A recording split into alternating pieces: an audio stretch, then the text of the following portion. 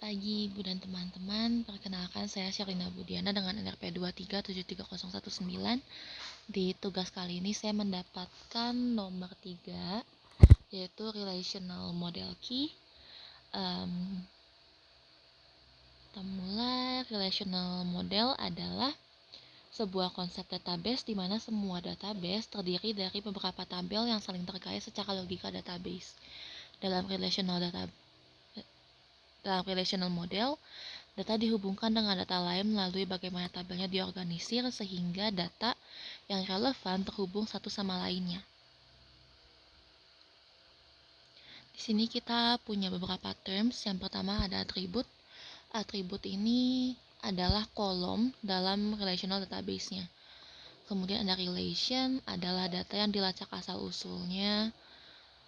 Misalkan kita punya data nama, data alamat, asal-usulnya apa, yaitu customer gitu. Ini ada tabel adalah format di mana data ini diorganisir. Dalam tabel itu ada kolom dan baris. Kolomnya disebut atribut, barisnya disebut tuple.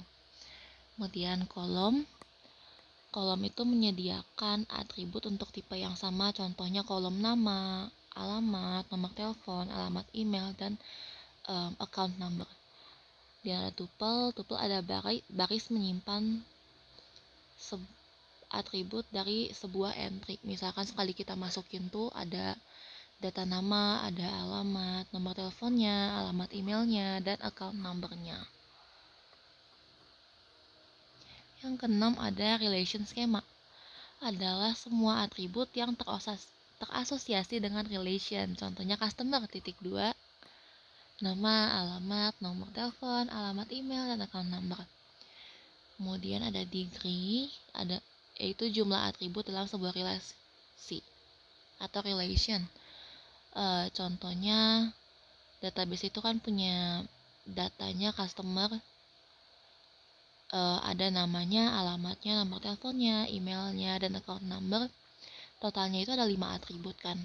Jadi mereka tuh dihitung menjadi 5 degree gitu. Untuk cardinality adalah seberapa banyak tuple dalam database-nya. Misalkan ada 100 customer, berarti kan ada 100 tuple. Berarti juga ada 100 cardinality dalam database tersebut. Yang relational key adalah atribut yang dijadikan sebagai key atau atribut yang dapat mengidentifikasi sebuah tabel dan menghubungkan antar tabel. Yang pertama ada super key. Adalah sebuah atau set atribut yang mengidentifikasi sebuah baris. Super key ini boleh kosong, tapi kosongnya itu cuma boleh boleh kosong. Kemudian contohnya, semua kolom yang bisa dipakai untuk mengidentifikasi atribut lain dalam tabel dengan mudah. Misalkan di tabel ini, employee SSN itu bisa pakai sendiri. Employee ID kan pasti beda sama yang lain, jadi bisa juga dipakai tunggal gitu sendiri. Employee email juga bisa sendiri, tapi kalau kita mau pakai employee name itu kan bisa jadi ada yang sama ya.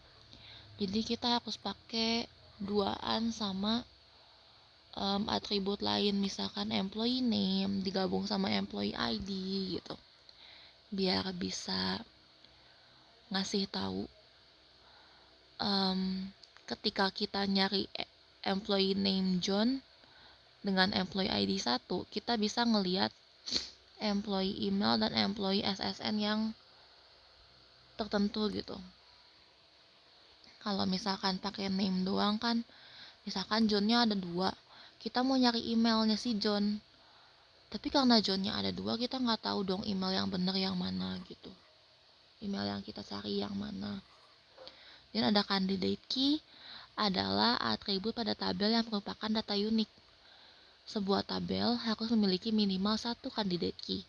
Tabel bisa memiliki lebih dari 1 candidate key, namun cuma 1 yang bakal dipilih jadi primary key.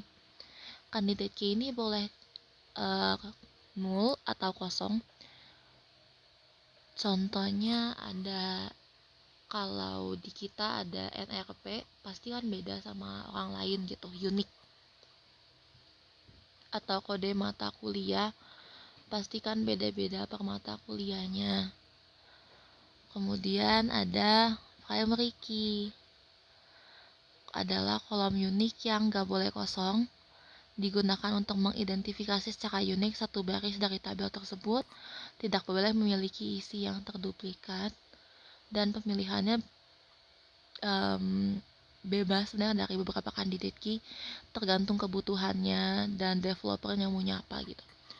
Ada alternate key, adalah candidate key yang belum dipilih menjadi primary key, bisa juga disebut sebagai secondary key. Ada foreign key, sebagai ID penghubung dua tabel, menyediakan referensi ke primary key dari tabel lain, juga merupakan alternate atau secondary key di tabel yang baru ini. Composite key,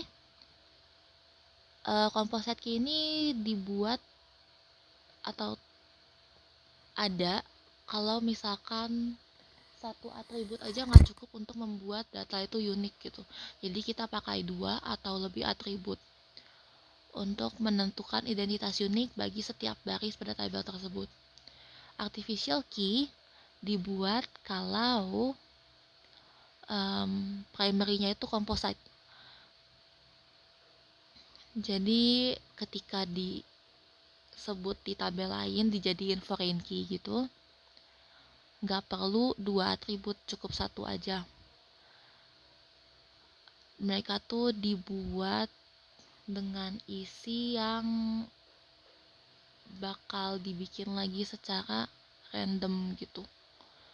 Yang untuk unique key adalah komposisi kolom yang mempunyai nilai yang unik untuk setiap barisnya. Boleh kosong, tapi cuma boleh 1 kali aja per kolomnya gitu. Sedangkan primary key itu kan nggak boleh kosong, beda. Ini ada contohnya dari candidate key. Ada yang dipilih jadi primary, 2-nya lagi yang nggak kepilih menjadi alternate. Alternate ini juga sekaligus menjadi unique key. Untuk foreign adalah atribut yang diimport dari tabel 1 ke tabel 2.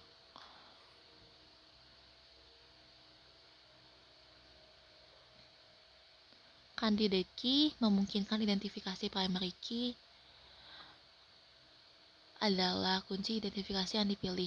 Alternate key adalah identifier lainnya. Foreign key menciptakan hubungan yang penting yang menjamin integritas data antar tabel.